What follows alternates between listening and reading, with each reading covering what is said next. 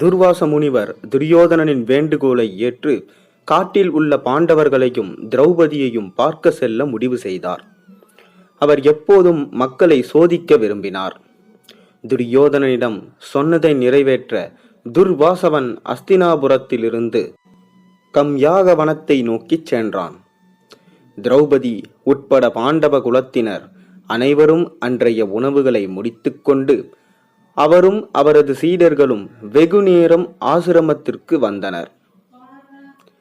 அவள் சாப்பிட்டது மட்டுமின்றி சூரிய பகவான் அருளிய ஆசையை நிறைவேற்றவும் கிண்ணத்தையும் சுத்தம் செய்து வைத்து விட்டாள். சூரிய கடவுள் யுதிஷ்டருக்கு அக்ஷய பாத்திரம் என்ற வற்றாத பாத்திரத்தை திரௌபதிக்கு கொடுத்து வரம் அளித்தார்.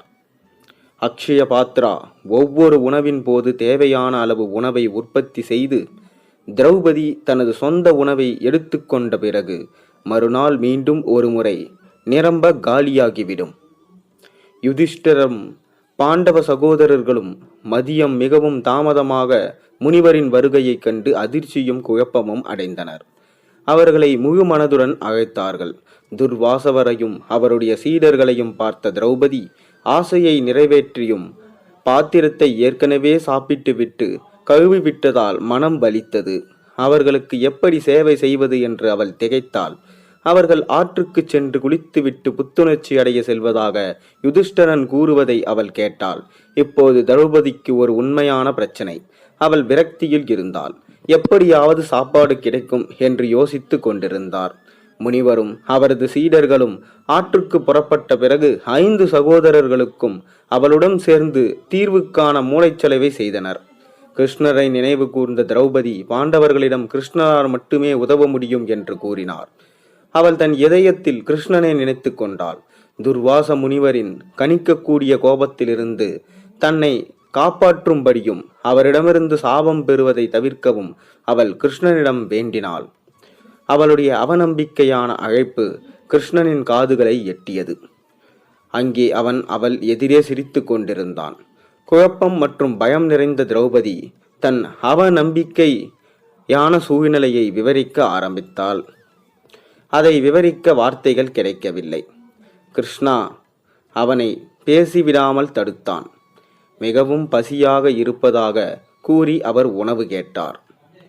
திரௌபதி நிலைமையை விலக்கிக் கொண்டே இருந்ததால் நகைச்சுவைக்கான நேரம் இதுவல்ல என்று கூச்சலிட்டாள். கிருஷ்ணன் அவளிடம் சமையல் பாத்திரங்களை கொண்டு வரச் சொன்னான். அன்றைக்கு பாத்திரத்தை ஏற்கனவே கழுவி வைத்து விட்டதாக கிருஷ்ணனிடம் கூறினாள்.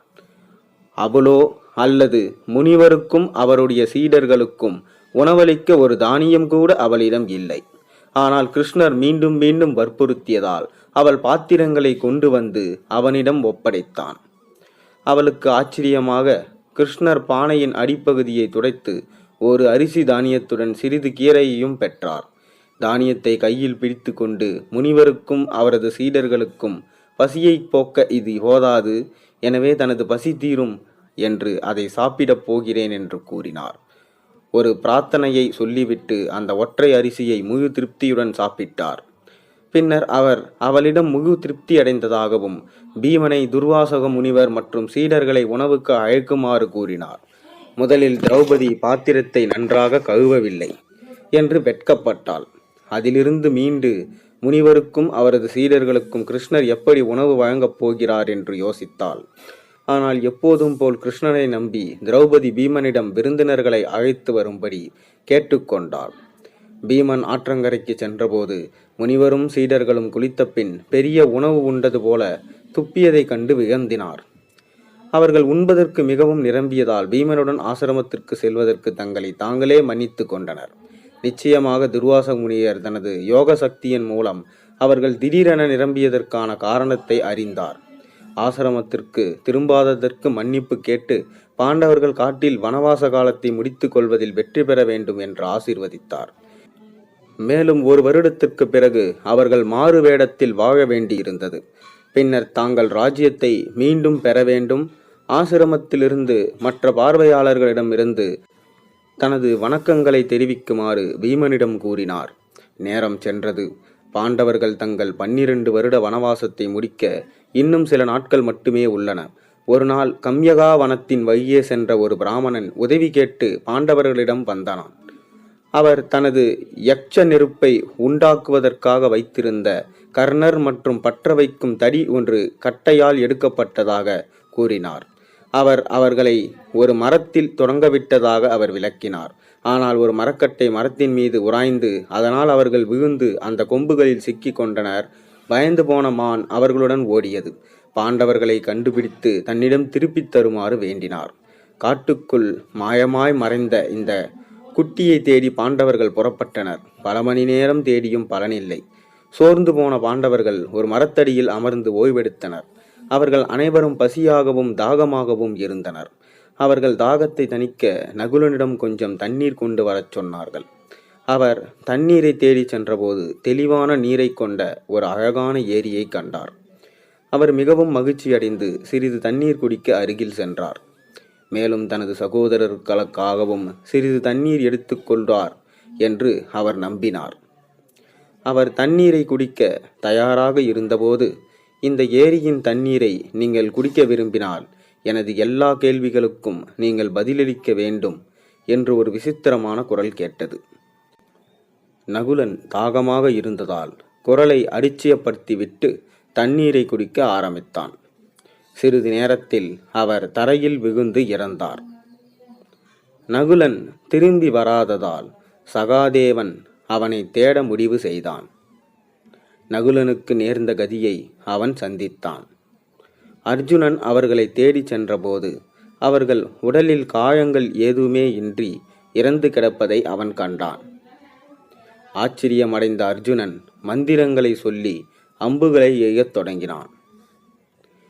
ஆனால் அந்த அம்புகள் எந்த பயனும் இல்லை என்று விசித்திரமான குரல் சொன்னது. அர்ஜுனன் அவனது கேள்விகளுக்கு பதிலளித்து தண்ணீரை குடிக்க வேண்டும், இல்லையென்றால் அவனது இளைய சகோதரர்களுக்கு நேர்ந்த கதியை அவன் அடைவான். அர்ஜுனனும் பதில் சொல்ல மறுத்து அந்த தண்ணீரை குடித்து இறந்து விழுந்தான். யுதிஷ்டர் பீமனை அனுப்பினார். அவர் தனது 3 சகோதரர்களின் தலைவிதியை கண்டு இது ஒரு அரக்கனின் செயலாக இருக்க வேண்டும் என்று நினைத்தார். இருப்பினும் அவர் அரக்கனை எதிர்த்து போரிடுவதற்கு முன்பு தனது தாகத்தை தணிக்க முடிவு செய்தார். குரல் மூலம் கேள்விகளுக்கு பதிலளிக்கும்படி அவரிடம் கேட்கப்பட்டது. ஆனால் அவரும் இணங்கவில்லை. அதே விதியை அவர் சந்தித்தார். அவர்கள் திரும்பி வருவதில் தாமதம் ஏற்படுவதைக் கண்டு யுதிஷ்டன் குழப்பமடைந்தான். அவர் அவர்களை தேடி செல்ல முடிவு செய்தார். தனது சகோதரர்கள் அனைவரும் ஏரிக்கரையில் மூச்சு திணறி கிடப்பதைக் கண்டு அதிர்ச்சி அடைந்தார். முதலில் அவனது இதயம் குமுறி கண்ணீர் வடிய ஆரம்பித்தது.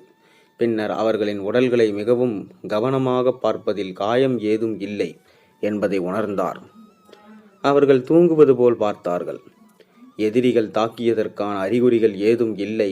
ஏரி விஷமா என்று யோசித்தார். அவர் தண்ணீரை நோக்கி இறங்கி கொண்டிருந்த போது ஏரி அவருக்கு சொந்தமானது என்பதால் எல்லா கேள்விகளுக்கும் பதிலளிக்கும் வரை தண்ணீரை குடிக்க வேண்டாம்.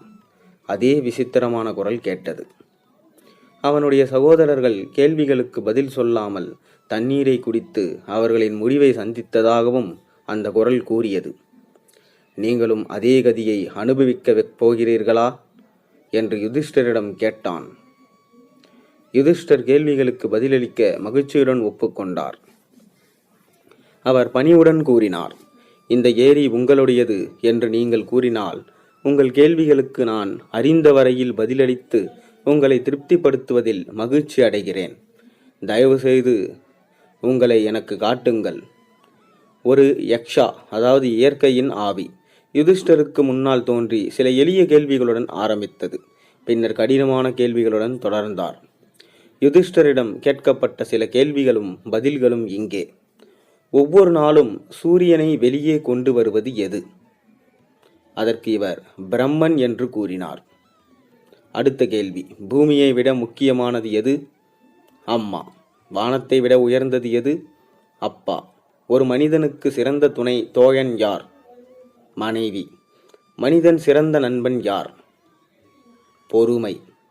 காற்றை விட வேகமானது எது? அதுதான் மனம். மிகவும் மதிப்புமிக்க சொத்து எது? அதுதான் மனிதனின் அறிவு. மிகப்பெரிய மகிழ்ச்சி எது?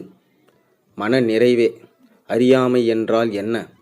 ஒருவரின் கடமை தெரியாமல் உயர்ந்த தர்மம் எது? உயிருள்ள வரை எவரையும் காயப்படுத்தக்கூடாது. அகிம்சை தீங்கு விளைவிக்காதது. அது என்ன? கட்டுப்படுத்த வேண்டும் மற்றும் கட்டுப்படுத்த வேண்டாதது. மனம். ஒரு மனிதனை பணக்காரனாக்க எதை துறக்க வேண்டும்? ஆசை. மனிதனின் கண்ணுக்கு தெரியாத எதிரி எது? கோபம். ஒரு மனிதனை மகிழ்விக்க எதை துறக்க வேண்டும்? பெருமை. ஒருவனை பணக்காரனாக்குவது எதை இழப்பது? பேராசை. இந்த உலகில் உண்மையிலேயே ஆச்சரியமான விஷயம் என்ன? நாளுக்கு நாள் ஒவ்வொருவரும் மரணங்கள் நிகழ்வதை பார்க்கிறார்கள். ஆனால் அவர்கள் ஒருபோதும் இறக்க மாட்டார்கள் என்று அனைவருக்கும் நினைக்கிறார்கள். ஒவ்வொருவரும் எப்போதும் இங்கேயே இருக்கப் போவது போல் தங்கள் வாழ்க்கையை போக்குகிறார். உண்மையான அறிவு என்றால் என்ன? சுய அறிவு கடவுள். யுதிஷ்டரிடம் பதில்கள் யக்ஷன் மிகவும் மகிழ்ச்சி அடைந்தான். யுதிஷ்டரின் பதில்களில் அவர் முழு திருப்தி அடைந்ததால் யுதிஷ்டரிடம் சகோதரர்களில் ஒருவரை உயிர்ப்பிக்க முடிவு செய்தார். இறந்து கிடக்கும் 4 சகோதரர்களில் ஒருவரை தேர்ந்தெடுக்கும்படி யுதிஷ்டரிடம் கேட்டார். யுதிஷ்டர் யாரை தேர்ந்தெடுப்பான்? நீங்கள் பதில் சொல்லுங்க. மீதி பற்றி அடுத்த இதில் பார்ப்போம். மறக்காமல் இந்த சேனலுக்கு சப்ஸ்கிரைப் பண்ணுங்கள். இந்த வீடியோ உங்களுக்கு பிடிச்சிருந்தால் லைக் பண்ணுங்கள். மேலும் இந்த வீடியோ உங்கள் நண்பர்களோட பகிர்ந்துடுங்க. நாளை இது போன்ற ஒரு நல்ல அருமையான ஆன்மீக கதையோடு உங்களை சந்திக்கின்றேன். அதுவரை உங்களிடம் விடைபெறுவது நன்றி, வணக்கம்.